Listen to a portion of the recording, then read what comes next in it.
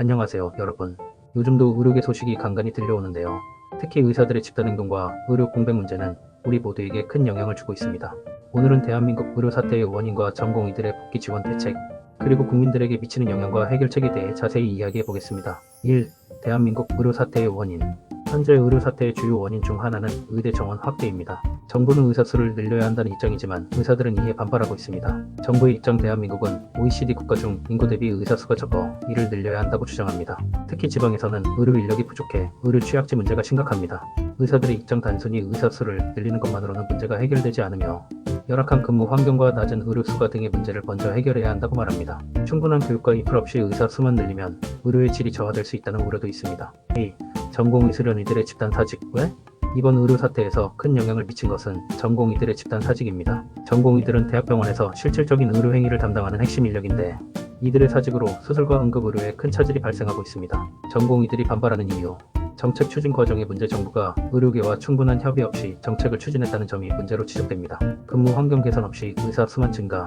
전공의들은 이미 과도한 근무 시간과 열악한 근무 환경에서 일하고 있습니다. 이러한 상황에서 의사 수만 늘리는 것은 근본적인 해결책이 아니라고 생각합니다. 미래에 대한 불안감. 의사 수 증가로 경쟁이 심화되고 소득 감소 등의 우려가 있습니다. 이러한 이유로 전공의들은 집단 사직을 선택했으며 이는 대학병원의 진료 공백으로 이어지고 있습니다. 3. 정부의 전공의 복귀 지원 대책.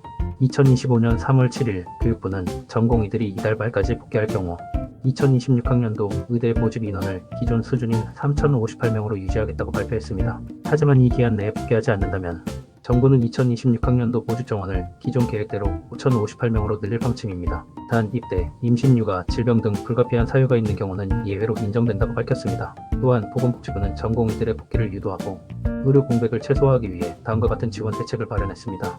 수련 환경 개선 및 국가 지원 확대. 전공의 수련 환경을 개선하기 위해 수련 수당 확대 등 국가 지원을 대폭 확대하고 근무시간 단축 시범 사업 주당 근무 80시간 72시간을 추진할 계획입니다.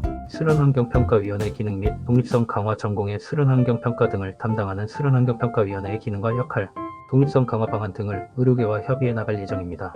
사직 전 병원 및 과목으로의 복귀 지원. 사직 전 근무한 병원 및 전문 과목으로 복귀하여 수련을 재개하는 경우 기존의 1년대 복귀 제한 규정을 적용하지 않을 계획입니다.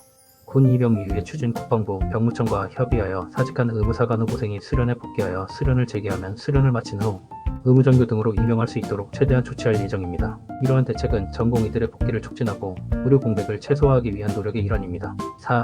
국민들에게 미치는 영향. 의료 사태로 인해 국민들이 겪는 피해는 다음과 같습니다. 응급환자의 이송 거부 사례 증가. 중증 외상 환자가 응급수술을 받아야 하지만 의료진 부족으로 수술이 연기되거나 병원을 찾지 못해 다른 병원으로 이송되는 사례가 늘어나고 있습니다. 대형병원 예약 대란. 대학병원에서 수술을 예정했던 환자들이 일정이 무기한 연기되면서 불안해하고 있습니다. 특히 암 환자 등은 빠른 수술이 필요한데 이러한 지연은 생명과 직결될 수 있습니다. 의료진들의 피로 누적. 남아있는 의료진들이 더 많은 업무를 떠안게 되면서 과로가 심해지고 있습니다. 일부 병원에서는 의료진들에게 하루 36시간 이상 근무를 요구하는 경우도 있다고 합니다. 5. 해결책은 무엇일까? 이 문제를 해결하기 위해서는 다음과 같은 노력이 필요합니다. 의료진과의 충분한 협의. 정부는 의료계와 충분한 소통을 통해 현실적인 대안을 마련해야 합니다. 의료 인프라 확충. 의대 정원 확대뿐만 아니라 교육과 인프라를 함께 확충하여 지방 의료 시스템을 강화하고 전공의들의 근무 환경을 개선해야 합니다. 수가 현실화. 낮은 의료 수가로 인해 필수 의료 분야의 지원이 부족한 상황입니다. 이를 개선하여 지방 의료도 활성화해야 합니다. 국민의 이해와 협력. 이번 사태로 가장 피해를 보는 것은 국민입니다. 의료진과 정부가 대립하기보다는 함께 해결책을 찾아야 합니다. 6. 마무리.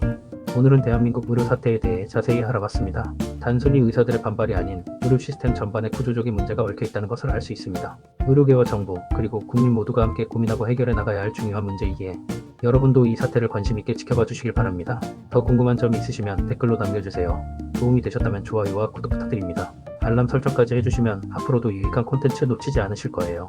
감사합니다. 참고로 저희는 그 누구의 편도 아닌 이런 현상이 있고 이런 해결책이 있을 것 같다는 의견을 보여드리는 그 이상 그 이하도 아님을 알아주시길 바랍니다. 감사합니다.